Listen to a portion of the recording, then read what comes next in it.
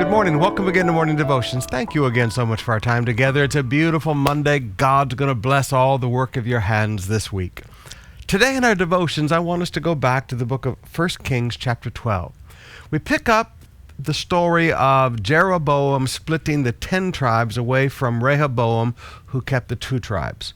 Rehoboam became the king after Solomon. He was the son of Solomon with the Ammonite princess. He was not qualified to be king, but God in his mercy still left 2 tribes with him. Jeroboam split everything off.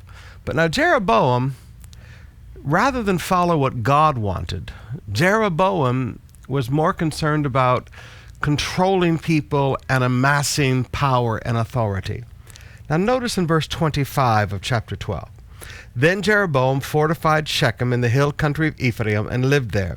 From there he went out and built up Peniel. Jeroboam thought to himself, the kingdom will now likely revert to the house of David if these people go up to offer sacrifices at the temple of the Lord in Jerusalem. They will again give their allegiance to their lord Rehoboam, king of Judah. They will kill me and return to King Rehoboam. After seeking advice, now you always have to be careful whose advice you listen to. He listened to wrong advice. After seeking advice, the king made 2 golden calves. He said to the people, it is too much for you to go up to Jerusalem. Here are your gods, O Israel, who brought you up out of Egypt. One he set up in Bethel, and the other in Dan. And this thing became a sin, and the people went as far as Dan to worship the one there. Now, I want you to notice, there are people that are interested in controlling others by the use of religion and the desire for spiritual things. And they control you by setting up an opportunity for you to worship, but it's not real worship.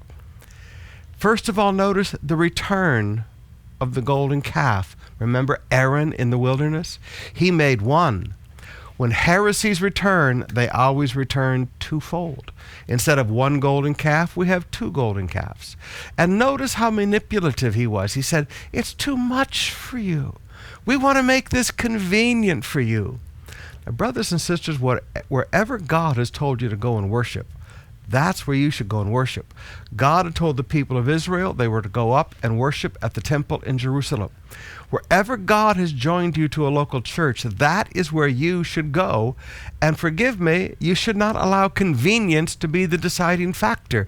And when somebody begins to manipulate your desire to worship with the attitude of convenience, you need to run away, because that is the wrong kind of influence in your life.